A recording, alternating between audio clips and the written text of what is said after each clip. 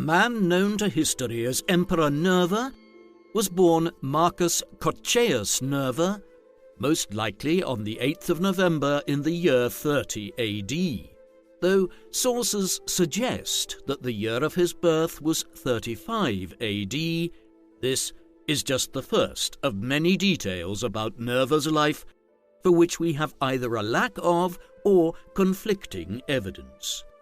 While the year of his birth is debatable, we do know for certain that he was born in the village of Narni in the Umbria region of central Italy to the north of the city of Rome. Nerva was named after his father, a prominent political figure within the early Roman Empire, one who was a member of the Roman Senate, the foremost political body of the state, and who served as consul, the highest office within the Roman government next only to that of the emperor, in 40 AD when Nerva was still a child. The wider family, the gens Coccii, were a plebeian family, meaning that centuries earlier they had been amongst the lower classes of the Roman Republic. However, many plebeian families had acquired immense wealth and prestige during the 2nd and 1st centuries BC as the expansion of the Roman state created opportunities for upward social mobility. The Coccii had been amongst those who benefited, and in the middle of the 1st century BC, the dying days of the Roman Republic, Nerva's great-grandfather had emerged as a rising political figure, gaining a place in the Senate and serving as governor of the province of Asia, one of the wealthiest provinces of the empire in the mid-30s BC. Hence, by the time Nerva was born, the family had been a well-established political family for nearly a century. Nerva's mother was Sergia Plautilla, a woman who hailed from the gens Sergia, an old patrician family that had formed part of the Roman aristocracy in the early days of the Roman Republic. Indeed, the family claimed to be descended from Sergestus, an exile from the fabled Trojan War who had allegedly settled in Italy years after the conflict. This was a period in which the Romans were playing up their ties to the ancient Trojans, most notably through the poet Virgil's epic prose poem, the Aeneid, a work which claimed that the Romans were descended ultimately from Prince Aeneas of Troy. Plautilla and Nerva's father had at least one other child, a daughter named Cocceiia. Nerva was born during a period when the instability that characterized the leadership of the Roman Empire for so much of its history, and which would pave the way for Nerva to become emperor one day himself, was becoming apparent.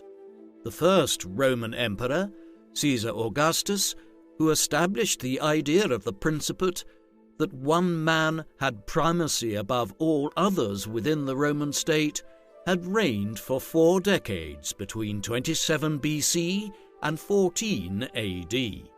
His had been a highly successful reign, and there is every indication that he was immensely popular amongst the Roman people, not least because he brought peace after decades of civil war which had destroyed the Roman Republic. This was not the case with his successors, though. When Nerva was born, Augustus's stepson Tiberius had been emperor for many years. He was an unpopular ruler who spent much time absent from Rome at his villa on the island of Capri, where it was said he lived a life of debauchery. Several years later, Tiberius was succeeded by the young Caligula, popularly regarded as a deranged individual who, it was claimed, wished to make his favourite horse, Incitatus, a consul of Rome. Before he could do so, Caligula was killed in a palace coup in 41 AD to be succeeded by his paternal uncle Claudius. Emperor Claudius brought sanity and stability back to affairs, but the dispatching of Caligula had set a precedent.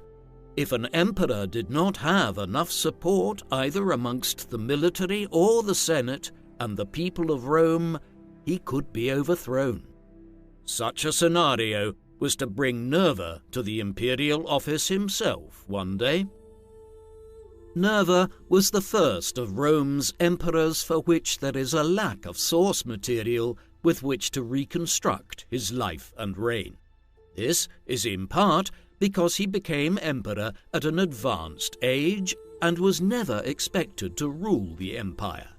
As a result, little attention was paid to his early career in the 1st century, and later historians seem to have been unable to find out much about his earlier affairs. Also, for the 1st century and a quarter of the Roman Empire, from Caesar Augustus to Nerva's immediate predecessor Domitian, we have excellent histories written by the Roman historians Suetonius and Tacitus, two learned men who lived in the late 1st century AD and into the 2nd century, and were witnesses to many of the events and reigns they described. Both of them stopped at the end of the Flavian dynasty, and so did not cover Nerva's reign. Furthermore, while other historians later decided to pick up where Suetonius and Tacitus ended, in the case of two such works, the Res Gestae of Ammianus Marcellinus and the anonymously authored Historia Augusta, the sections dealing with the reign of Nerva have not survived down to the present day. Therefore, our best source for Nerva's reign is the Historia Romana, or Roman history, of Cassius Dio, a Greco-Roman historian who was writing over a century after Nerva's reign and who was far from a contemporary witness of the events he described. In terms of ancient historical writers, there are some other snippets on Nerva's reign to be found, such as a minor entry by the 4th century historian Aurelius Victor de Caesaribus, a series of short entries on each Roman emperor over the space of 4 centuries. Contemporaries of Nerva also shed light on his reign, notably in the letters of Pliny the Younger, a governor of the province of Bithynia, and Pontus during the reign of Nerva's successor Trajan, and the satirical verses of the poet Juvenal. With these, we can reconstruct some elements of Nerva's life and brief reign, though, as will become clear, many things about him are and will inevitably remain uncertain. While Nerva's life and career become more transparent over time, beyond the details of his family background, his early life is a black hole. He would have received the advanced education of a senator's son in Rome and on the family's estates in the Italian countryside, learning about Rome's history and rise to power, as well as the arts of rhetoric and oratory. The better to deliver speeches in the Senate himself one day, should he succeed his father there. While he may well have been exposed to the Stoic school of philosophy, which had become so popular amongst the Roman elite by the middle of the 1st century AD. It seems reasonable to assume he was a traditionalist and someone of a modest disposition, as he was described by Aurelius Victor as, quote, quite wise and moderate, and allegedly refused, when he became emperor, to have any elaborate statues of gold or silver erected in his likeness. Beyond these suppositions, his early life, actions, and character remain a mystery. We begin to stand on slightly firmer ground once we reach the 60s AD. By then, Nero had become emperor, perhaps having conspired to have his father-in-law, Claudius, poisoned with the help of his mother in 54 AD. We don't hear much about Nerva for the first half of young Nero's reign, though this is not surprising in some respects, as he was still a relatively young man. He finally emerges from the shadows in 65 AD, when he was elected to the office of praetor. The praetors were important officials who had been elected in Rome for centuries. Some fulfilled military duties, while others were charged with managing the civil administration of the city, often overseeing the courts or public works. It seems Nerva was involved in the latter, as there is no record at all of him engaging in any major military command during his lifetime. A stray reference by the satirist and poet Martial, who was an exact contemporary of Nerva's, refers to him as the Tibullus of his age. This was an allusion to a very well-respected poet who had flourished in the early days of the empire under Augustus, and Martial's description of Nerva in this way suggests that the future emperor was possessed of some considerable literary ability.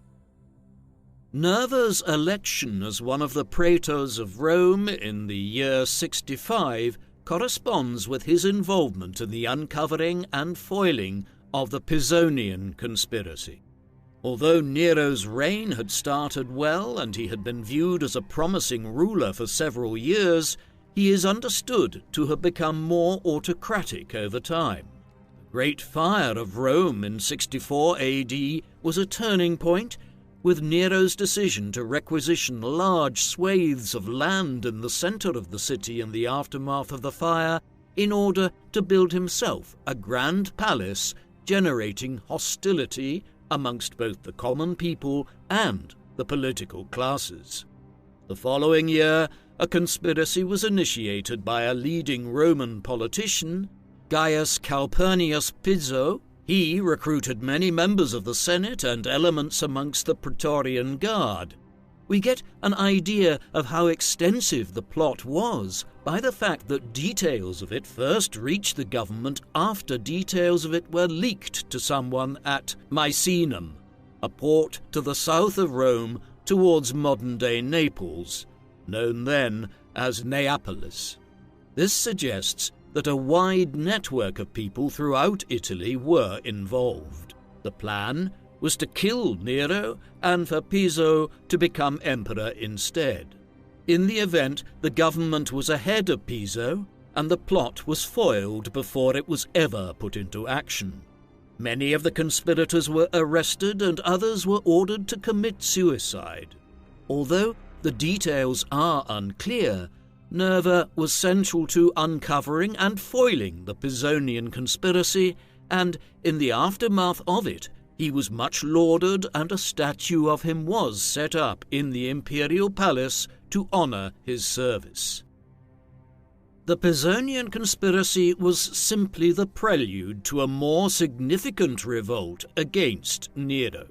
The following year, a revolt broke out in the east of the empire in Judea, where the Jewish population were angered by decades of their religion being disrespected by successive emperors and governors of their province, as well as the desecration of the sacred Temple of Jerusalem by the Romans. The first Jewish revolt acted as a catalyst for discontent at Nero's rule to emerge elsewhere, and in the year 68 AD, simultaneous revolts broke out amongst the governors of the provinces in Gaul and Hispania. One of these, Servius Sulpicius Galba, eventually marched on Rome and was declared as emperor. When it became clear to Nero that neither the Praetorian Guard nor the Senate were willing to support him, he fled from Rome and committed suicide. Galba was in turn overthrown in a palace coup in January 69 AD, following which Marcus Salvius Otto, a former governor of the province of Lusitania around modern-day Portugal, was proclaimed as the new emperor by the Praetorian Guard. This was something of a boon to Nerva, as Otto was none other than Nerva's sister Coceia's brother-in-law, Coceia having married Otto's brother some years earlier. While Nerva's relationship with Otto should have seen him welcome his sister's brother-in-law's ascent as emperor, Otto's reign would prove as short-lived as Galba's had been. No sooner had he claimed the imperial office than news arrived in Rome that a senior military commander at the northern border along the river Rhine in Germania, named Vitellius, had been proclaimed as emperor by his legions. He marched south and in April 69 became the third man to hold the title of Roman Emperor that year, after defeating Otto at the Battle of Bedriacum, with Otto committing suicide in the aftermath of his defeat. There was no honeymoon period for Vitellius either. Yet another military commander, Titus Flavius Vespasian, soon emerged as a rival far to the east. Vespasian was in charge of suppressing a major revolt of the Jewish people in Judea at the time, and soon had gained the support of the legions across the eastern Mediterranean. In the autumn, forces loyal to him began to descend on Italy, and early that winter, Vespasian's faction defeated Vitellius's, ensuring that Vespasian became the fourth and final emperor of the year 69 AD. There would be no further rival, and a new dynasty was formed, the Flavian dynasty, one which would rule Rome for over a quarter of a century. As with Otto's accession at the start of the year, Vespasian's claiming of the imperial title at the end of the year of the four emperors benefited Nerva. The exact relationship between Nerva and the Flavians remains, as so much else of Nerva's early life, something of a mystery, but there was clearly a relationship of a considerable kind, and while Vespasian was away in the east, Nerva had played a part in looking after his young son, a boy by the name of Domitian, who had been left behind in Rome while Vespasian and his eldest son Titus oversaw the suppression of the Jewish revolt. He continued to do so for months after Vespasian became emperor, as he was still in the eastern Mediterranean. Vespasian rewarded him appropriately. In 71 AD, Nerva was appointed as one of the consuls for that year. 2 consuls served each year, and they were the single most important magistrates in the Roman state, the equivalent of prime ministers back in the days of the Republic. Although the power of the consuls was greatly reduced once the empire came into being, the title still carried great prestige, and for Nerva to be appointed to the office so early in Vespasian's reign points to his close connections to the Flavians. He clearly continued to be held in high regard as Vespasian reigned, though, again, the details of his activities at this time are frustratingly limited. One thing which seems evident is that he had now conclusively determined not to take a wife. It seems certain that Nerva never married, nor did he have any children. Vespasian died in the year 79 AD, by which time Nerva was either in his mid-40s or almost 50, depending on the year of his birth. He was succeeded by his eldest son Titus, the first time in Roman imperial history that an emperor was succeeded by his biological son. By all accounts, Titus was extremely well liked, which ensured that his death, just 2 years into his reign, was all the more lamented. Having only had daughters, Titus did not have a son to succeed him, and so his younger brother Domitian now became the third emperor of the Flavian dynasty in a swift turnover of rulers. Some suspected at the time that Titus's rather sudden and somewhat unexplained death in his early 40s was suspicious, and queried if foul play by Domitian had led to him assuming the imperial title in 81 AD. His accession certainly did not damage Nerva's career prospects. In fact, if Suetonius's biographical history of Domitian's life and reign is to be believed, there is a possibility that Nerva had engaged in sexual relations with the new emperor many years earlier. It must be said, though, that Suetonius, while a tremendously useful historian and source for early imperial history, was also prone to injecting scandalous anecdotes and gossip into his work, and was trying to suggest that Domitian was possessed of poor morals by inferring he had prostituted himself in some way as a young man. Whether Suetonius's statement can be read literally in any way may be unclear, but there is no doubt that Nerva continued to find some favour with Domitian as emperor in the 80s. It was a peculiar reign, one which mimicked that of Nero 3 decades earlier to a great extent. Domitian was well liked to begin with, and had some promising years as emperor. Then it all started to go wrong.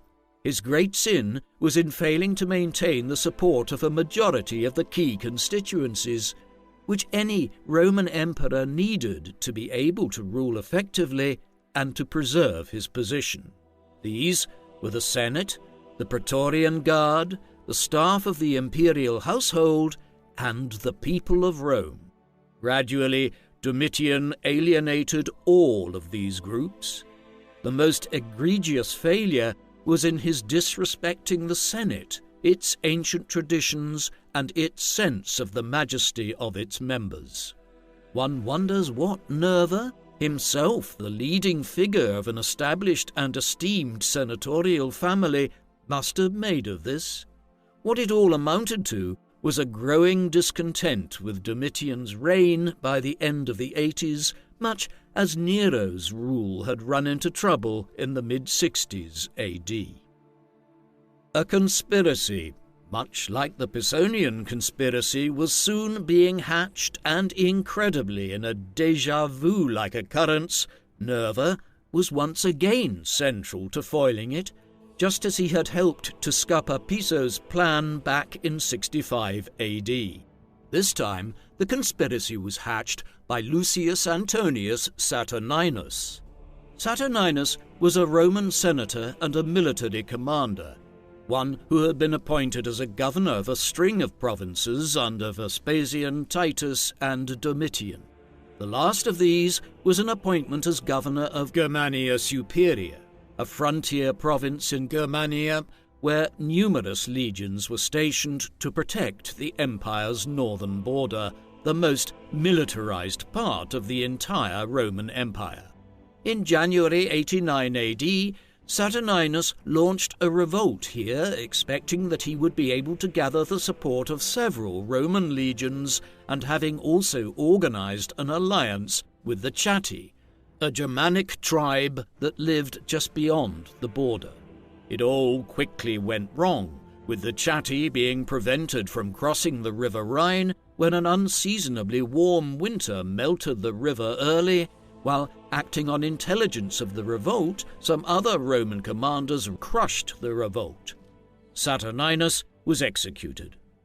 What role Nerva played in this is unclear, but he was evidently involved in suppressing the revolt in some fashion, as in the year 90 AD, he was one of 13 individuals Domitian rewarded for their loyalty and their actions in suppressing Saturninus's rebellion by appointing all of them as extraordinary consuls for that year. Nerva's apparent role in uncovering and foiling the conspiracy of Saturninus and the revolt of the Chatti is interesting.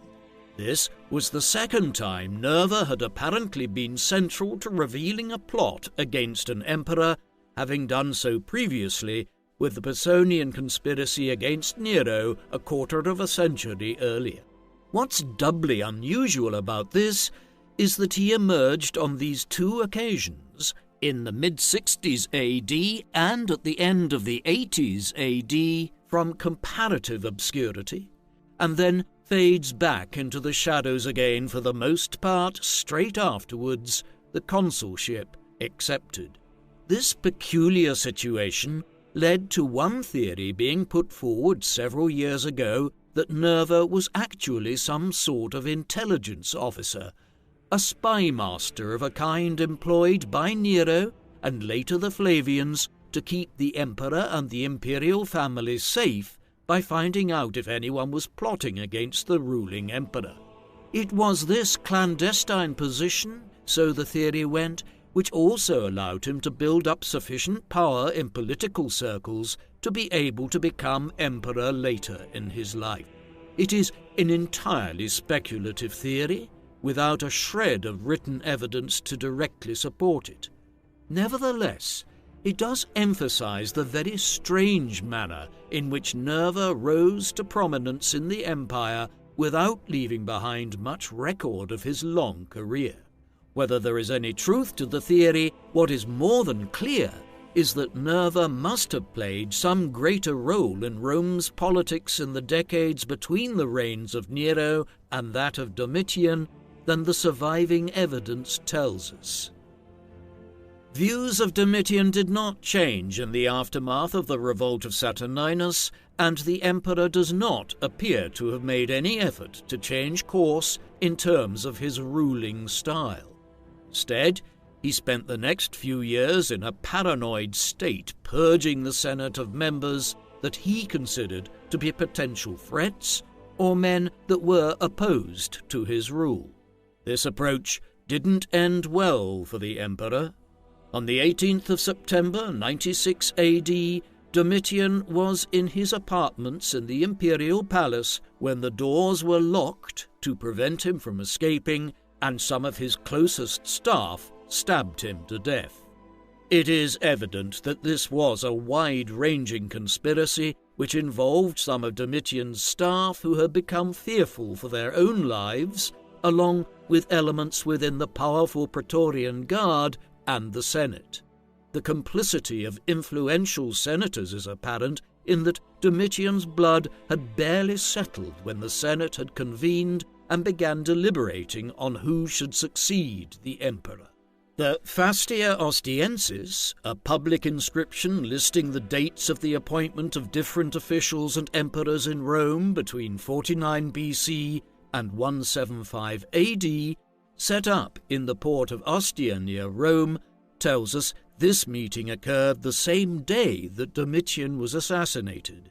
In an extraordinary convocation, the first of its kind in Roman imperial history, the Senate effectively elected an emperor for the very first time.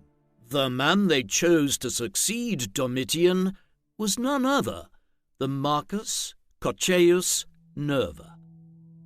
It is hardly surprising to learn that historians of the Roman Empire have long queried whether Nerva played an active part in the conspiracy which led to Domitian's assassination, given that he was elected as his successor just hours later.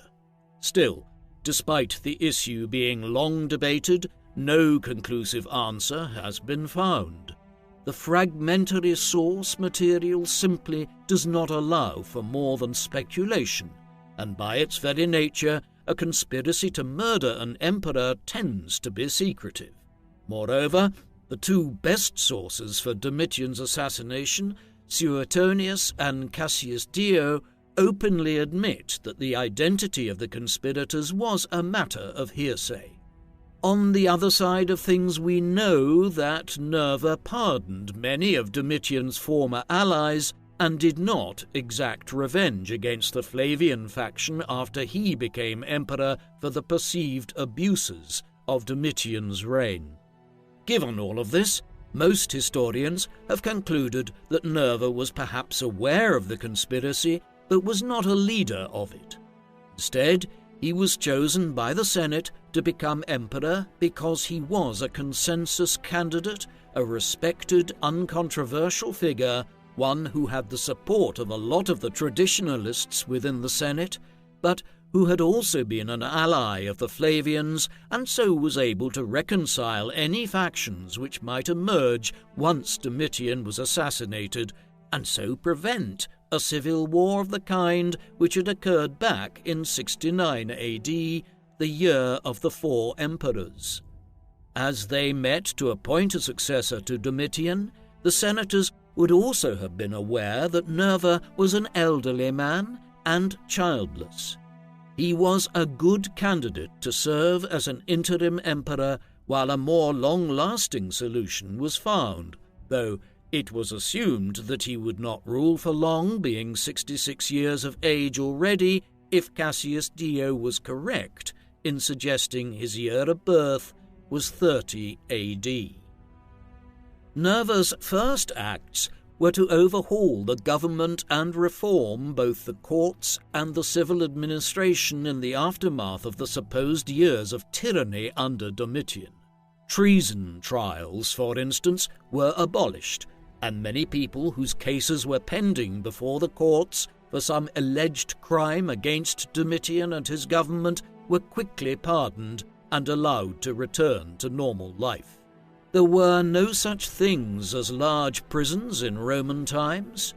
The punishments which one might suffer instead centered on being enslaved, being crucified, or forced to commit suicide, being press-ganged into the military or the navy, or being exiled. Death or exile to beyond the borders of the empire was the typical punishment for political crimes, and while Nerva couldn't bring people back from the dead, he did recall many people who had been exiled by Domitian back to Rome. More controversially was his approach towards close supporters and confidants of Domitian. He did not exact revenge against the former emperor's faction, though he did issue a decree of damnatio memoria. This was a Roman process whereby the memory of a deceased individual was condemned and steps were taken to destroy all records of their ever having existed.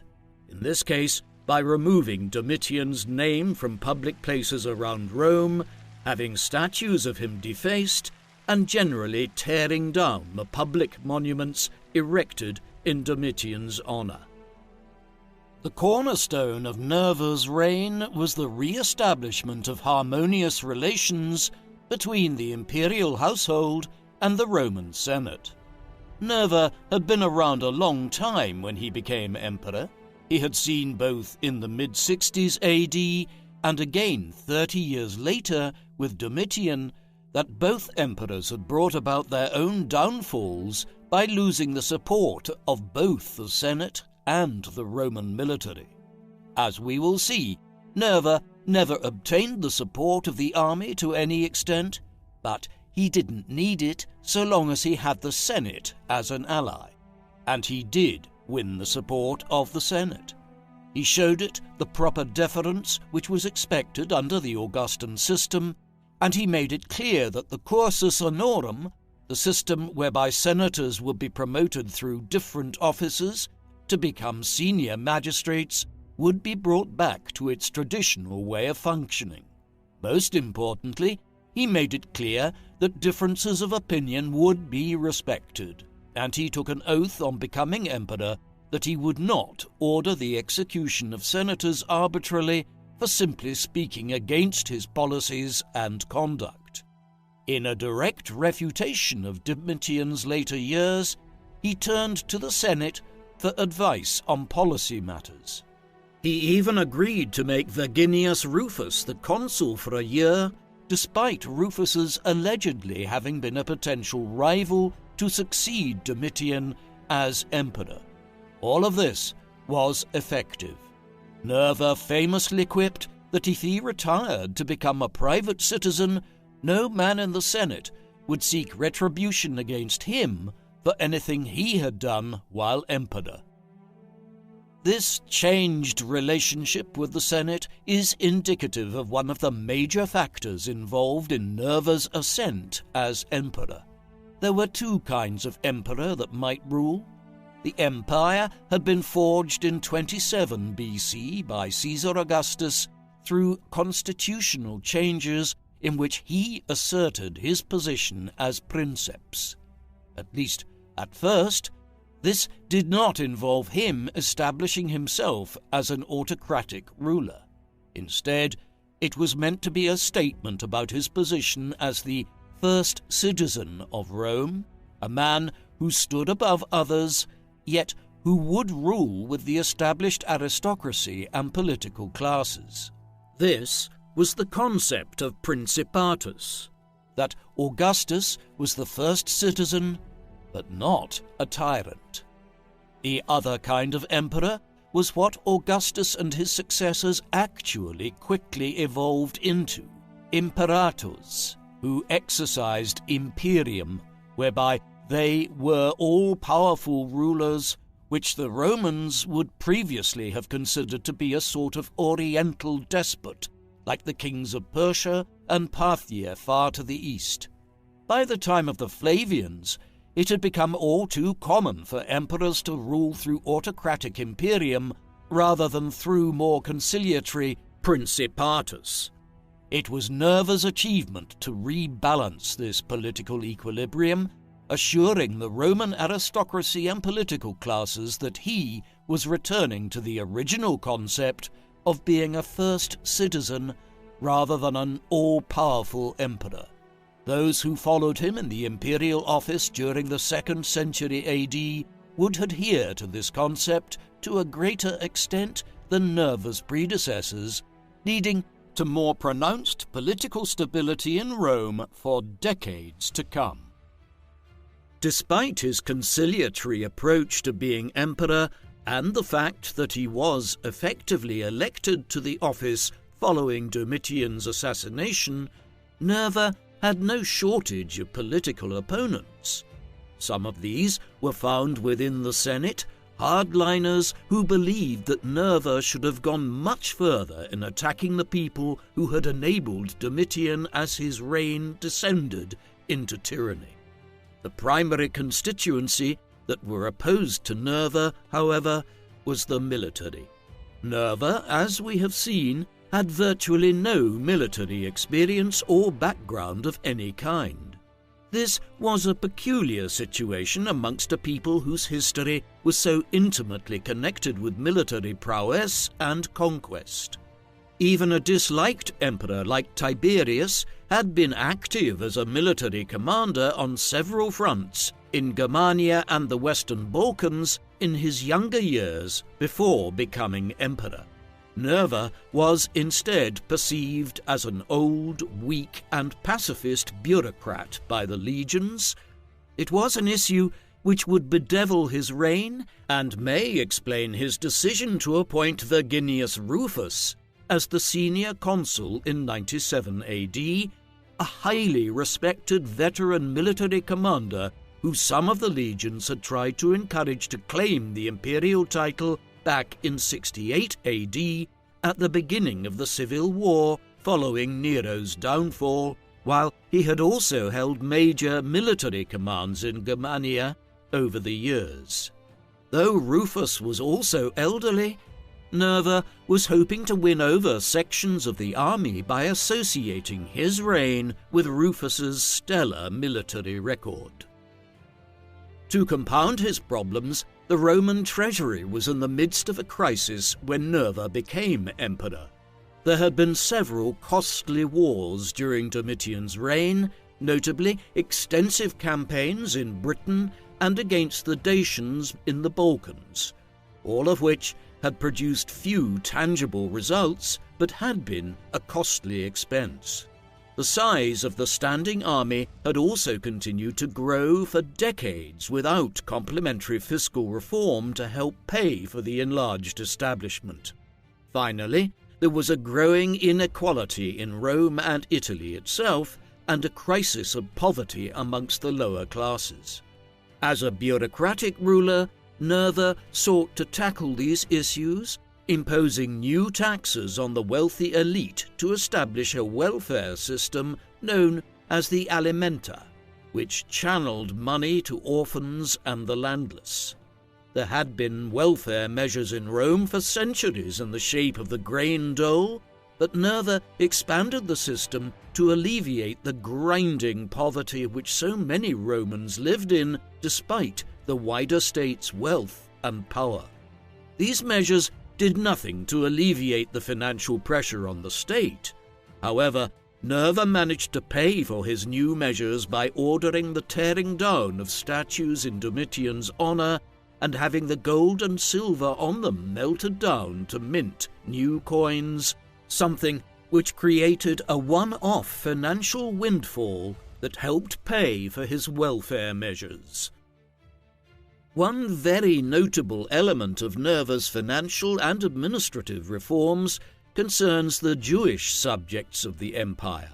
As we have seen, a major revolt had been initiated by the Jews of Judea all the way back in 66 AD. That same revolt had dragged on for the better part of a decade, the last embers of it only being snuffed out in 73 and 74 AD. Thereafter, the Flavians imposed a tax of 2 drachmas per head annually to be imposed on every Jewish person of the empire, man, woman, or child. The fiscus Judaicus, or Jewish tax, was an onerous imposition which was levied on the basis that it was to be used to pay for the cost of suppressing the revolt. It was still being imposed a quarter of a century later. Nerva was the only emperor of the era who attempted to reverse the anti-Semitic policies of the Romans by ending the tax.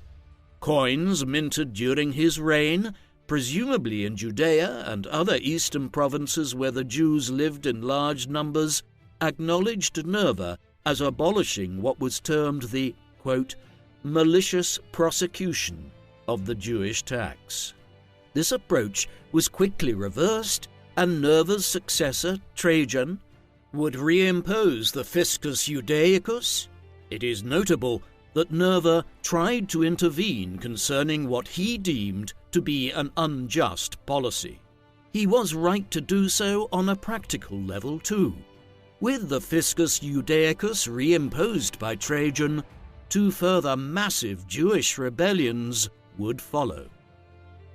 There were other measures enacted by Nerva that steered more towards social reform. From Cassius Dio, we learn that he promulgated a law that prohibited any man from being made a eunuch. A eunuch in ancient times was an individual who was castrated.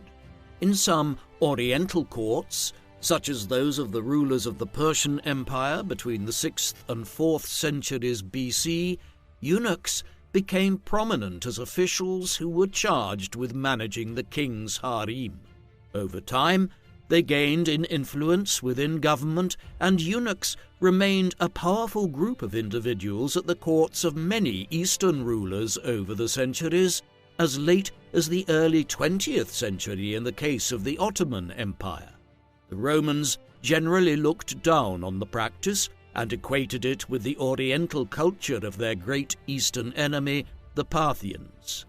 There were, nevertheless, a growing number of eunuchs in the Roman Empire by the late 1st century, many being slaves exploited for sexual purposes, others being religious figures.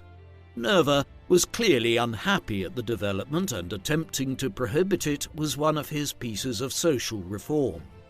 Other Nervan legislation banned men from marrying their nieces, a measure which reversed a decree that had been passed back in 49 AD to allow the Emperor Claudius to marry Agrippina, the daughter of his deceased brother Germanicus. There is the sense here of a ruler determined to reimpose traditional Roman values in a society which he perceived to be in moral decline.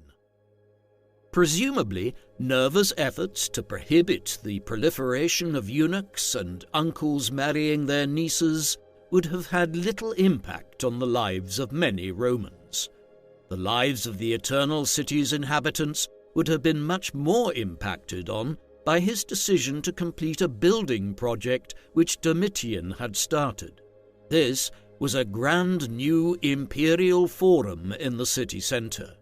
Over a century earlier, Julius Caesar had laid out the first Roman forum, a large public space of temples, markets, civic buildings, monuments, and colonnaded walkways, effectively a grand open area which was both a civic amenity and also a piece of propaganda designed to promote the reputation of the builder. Augustus had imitated him, and Vespasian had also built a very small forum during his reign. Domitian had ordered construction of one early in his reign, and now Nerva completed and opened it in 97 AD. The Forum of Nerva is the smallest of the imperial fora in central Rome.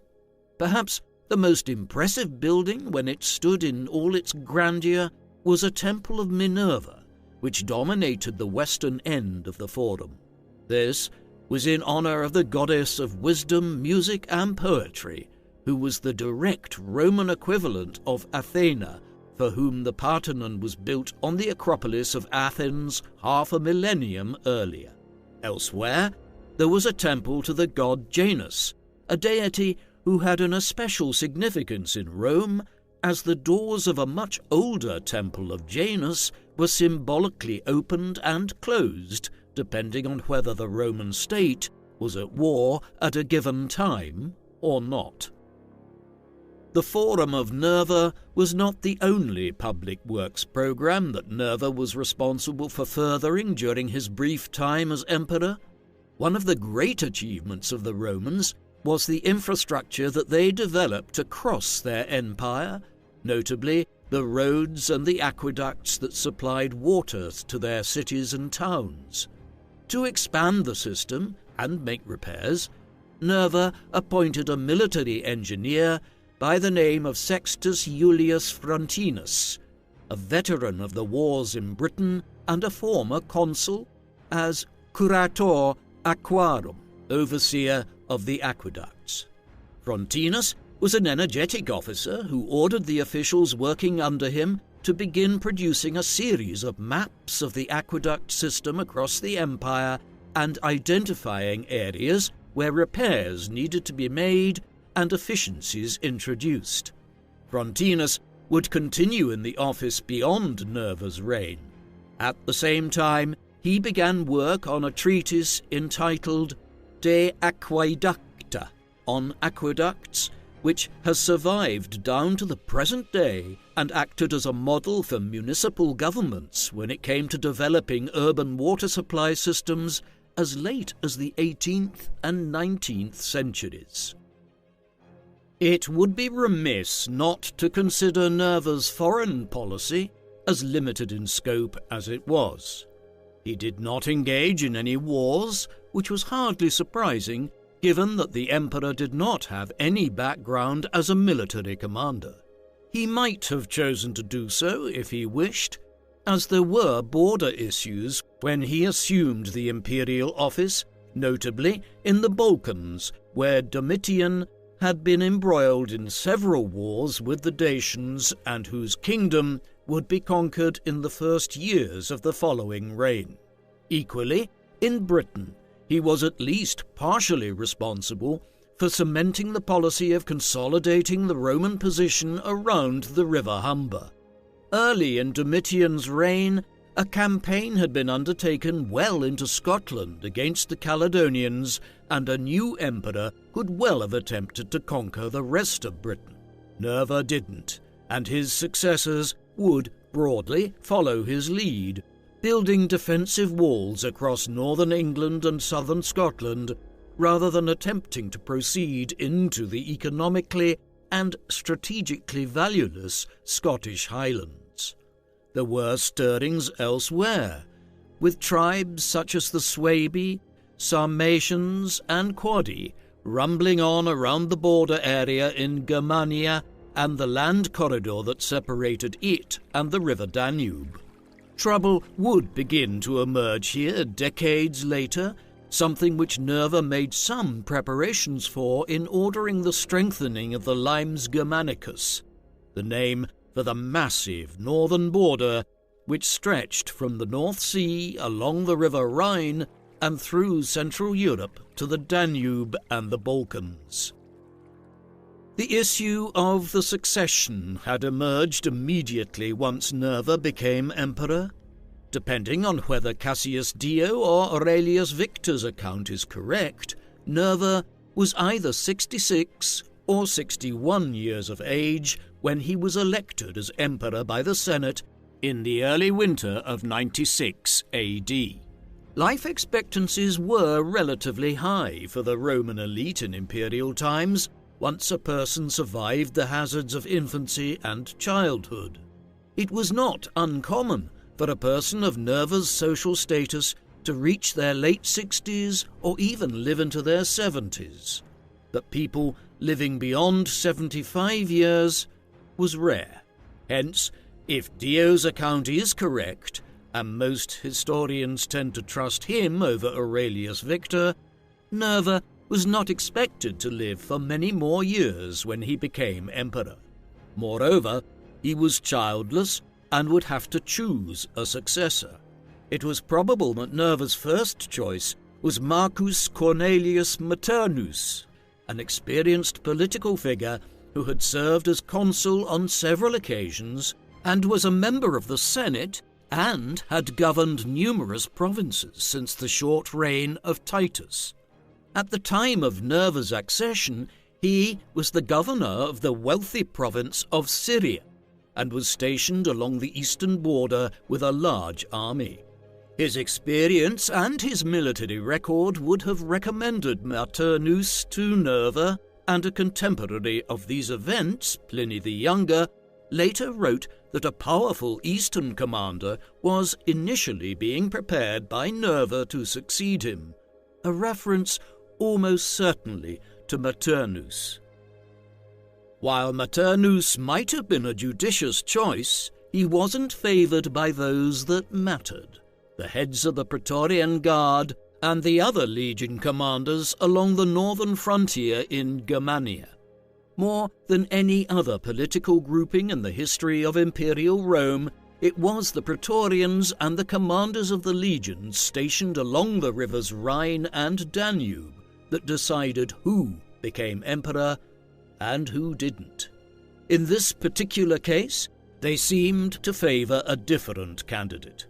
His name was Marcus Ulpius Trajanus, a member of a well-regarded Roman family that had colonized part of Hispania 3 centuries earlier.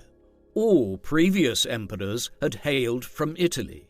However, Trajan was a very well-liked military commander, and at the time of Nerva's accession was one of the most senior army commanders on the Rhine border in Germania.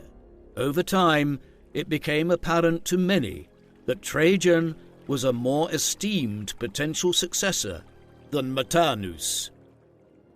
There is nothing to indicate that Nerva was opposed to Trajan's candidacy, simply that he was more inclined to pick Maternus.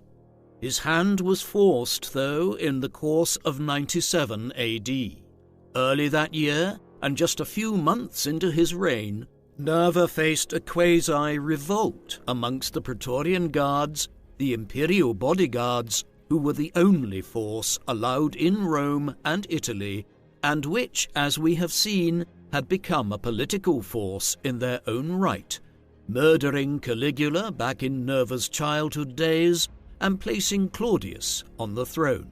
Now, at the beginning of Nerva's reign, the prefect or commander of the guard, Casperius Aelianus, refused to obey Nerva's orders and effectively laid siege to the imperial palace, demanding that Nerva take a more militant approach to prosecuting those who had been closest to Domitian. Nerva's regime was exposed as being weak through these actions, and in the end he was forced to placate Aelianus and the Praetorians. He did so by prosecuting several of Domitian's former closest allies. He also determined on a new succession policy. In the summer of 97 AD, word arrived on the Rhine frontier to Trajan that Nerva had adopted him as his successor. With this, the military standoff in Rome ended and the succession issue was resolved. Historians have debated the nature of the regime thereafter. Some hold that Nerva remained in position as emperor, but there was now effectively a period of dual administration, with Trajan ruling in association with Nerva from Germania. Back in Rome, Nerva spent the next few months having some of Domitian's former officials and government figures hunted down and killed, despite the ambiguities involved, whereby some of those now murdered were individuals who had taken part in the conspiracy which led to Domitian's assassination. Otherwise, beyond overseeing the implementation of some of the existing policies and carrying out more formal duties, such as the opening of the Forum of Nerva, the emperor seems to have entered a semi-retirement after arranging for Trajan to succeed him. Cassius Dio presents this as the enlightened policy of a ruler who had settled on a successor of much ability and who now felt confident enough to ease his workload, sure that the state would be in capable hands going forward. Dio's account may be a bit fanciful. In reality, Nerva possibly lightened his workload owing to ill health. On the 1st of January 98 AD, he suffered a stroke from which he never really recovered. 4 weeks later, on the 27th of January, he died while convalescing at the gardens of Sallust, a villa and gardens developed by an earlier Roman politician and historian in the northeast of the city. Aurelius Victor tells us that on the day that Nerva died, there was a solar eclipse. He was buried in the Mausoleum of Augustus, the early imperial tomb on the Campus Martius in the city centre. In keeping with a well-established tradition for Roman emperors, he was deified almost immediately afterwards. The Roman historian and senator Tacitus, one of the ancient world's great historians, was finishing his account of the life of his father-in-law Gnaeus Julius Agricola, the former highly successful governor of Britain, right around the time of Nerva's death, and in that book described the emperor, who had reigned for less than a year and a half, in glowing terms as a ruler who, quote, blended things once irreconcilable, sovereignty and freedom. Nerva's death could well have ushered in a new civil war in the vein of that which was seen back in the year of the 4 emperors, though it didn't. News was quickly conveyed north to Trajan on the Rhine border in Germania. He seems to have been quietly confident that he wouldn't be challenged by any other rival, as he did not rush southwards to Rome to seize power as quickly as possible. Instead, he spent months progressing around the northern provinces, perhaps assuring the large number of legions here along the frontier that he would show them greater favour than the pacifist Nerva had. And that is exactly what happened. Having finally arrived in Rome and taken full charge of the government there in 99 AD, Trajan embarked on a series of wars in the Balkans and in the east against Rome's greatest enemy, the Parthian Empire, expanding the Roman Empire to its greatest extent by the end of his reign. He would be a different emperor to Nerva, one who stressed the concept of imperium rather than the more conciliatory principatus.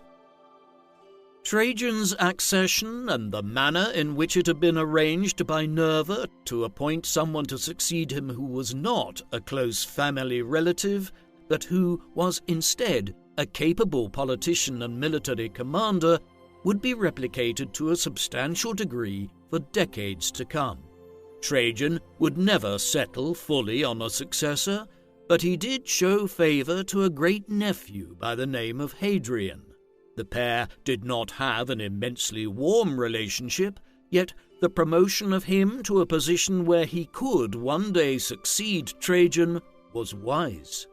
Hadrian turned out to be an immensely talented administrator, a ruler who secured the borders and engaged in wide-ranging judicial, administrative, and economic reforms. His successor, Antoninus Pius, and the emperor after that, Marcus Aurelius, were each successful in their own ways despite a brutal plague epidemic ravaging the empire in the middle of the 2nd century. Owing to all of this, the period between Nerva's accession in 96 AD and the end of Marcus Aurelius's reign over 80 years later has become known as the reigns of the 5 good emperors. Beyond perhaps the long reign of Augustus, it was the most successful and prosperous period in the history of the Roman Empire. In laying the groundwork for it during his brief reign, Nerva secured for himself a reputation as one of Rome's better emperors, despite the brevity of his rule and the opposition he provoked within the Roman military. Ultimately, Nerva was one of Rome's most peculiar emperors. Of the rulers of the empire, between the creation of the Principate by Caesar Augustus and the end of the Severan dynasty and the onset of the 3rd century crisis in 235 AD, a period of nearly 3 centuries, he is the emperor about whom we know the least. The details of his early life, both as a child and when in his 20s and early 30s, are almost entirely unknown, other than his family background. He only begins to emerge in the mid-60s AD, when he played a role in uncovering the Pisonian conspiracy. For the next 3 decades, we know he was there on the periphery of Rome's politics, always seemingly close to those in power, though why and what functions he performed is a mystery. Particularly so since he did not perform any of the traditional roles of a powerful Roman political figure, such as becoming a governor of a province or taking part in some military campaign. Despite all of this, when a combination of the imperial staff, the Senate, and the Praetorian Guard decided to dispense with Domitian and the Flavian dynasty in 96 AD, it was an obscure senator that they elected to become the new ruler of Rome. His reign was short, though we shouldn't trivialize his achievements in combating the fiscal crisis, trying to adopt a more tolerant policy towards the empire's Jewish community, completing a new forum in Rome, and initiating a series of civil reforms. Barring the unlikely discovery of some long-lost source from the ancient world, we will never know the full contours of Nerva's life and reign, yet his time as emperor was an important watershed in the early history of the empire. What do you think of Emperor Nerva? Was he only ever intended to be an interim emperor while a more permanent successor to the Flavian dynasty was found? Please let us know in the comment section. And in the meantime, thank you very much for watching.